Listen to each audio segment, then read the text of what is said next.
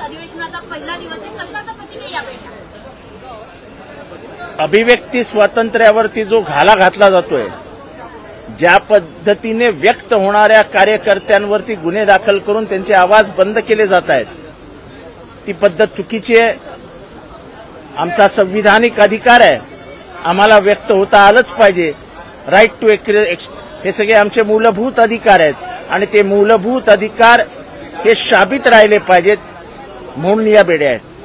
या बेड्या याच्यासाठी पण आहेत की अमेरिकेमध्ये जे भारतीयांवर अन्याय होत आहेत, व्हिसाच्या बाबतीत ट्रम्प सरकारने आखलेलं धोरण आहे, अनेक भारतीयांचा घर संसार उद्ध्वस्त करणारे आहेत. ज्या पद्धतीने भारतीयांना एका विमानात 2 विमानात कोंबून भारतात पाठवलं, म्हणजे पायात साखळदंड, हातात हतकड्या, शौचालयाला जागा नाही, उपाशी भारतीयांना असा अपमानित करून आणण्याचा प्रकार हा भारतीयांना हिणवणारा, भारतीयांना अपमानित करणारा होता. ह्याच्यात कुठल्या एका राज्याचे प्रतिनिधी नव्हते. आपल्या महाराष्ट्रातले अनेक जण ह्या पेचात अडकलेत.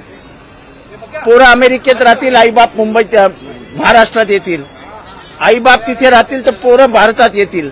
अशा पद्धतीने अमेरिकेत जाऊन मोठं होण्याचं स्वप्न बघणाऱ्या मराठी माणसांची स्वप्न आता उद्ध्वस्त होताना दिसत आहेत. जर या बेड्यांविरुद्ध आपण भारतीय बोलणारच नसू, अमेरिका करत असलेल्या अन्यायाविरुद्ध आपण व्यक्तच होणार नसू, तर अमेरिका आपल्याला गिळून टाकेल. आणि म्हणून या प्रातिनिधिक स्वरूपात लोकांच्या लक्षात आणून देण्यासाठी की तुमचे बांधव अमेरिकेत काय यातना भोगतायत, ते या बेड्यांपेक्षा कमी नाहीत.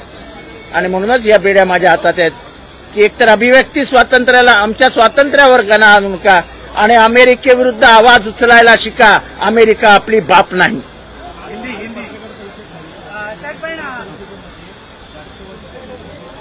कुठे मी राष्ट्रवादीचा प्रतिनिधी तिथे होतो, त्यामुळे मला वाटतं की मी दुसऱ्या विषयावर आहे, हे विषय आता काढू नका. बेड्या घातल्यात, अशाच बेड्यांची अवस्था जी राज्यात आहे का? कारण की विरोधकांना कायदा सुव्यवस्थेचा प्रश्न आहे, विरोधकांना बोलून देत नाहीये. मग आम्ही तेच म्हणतो ना की व्यक्तच होऊ देत नाहीयेत.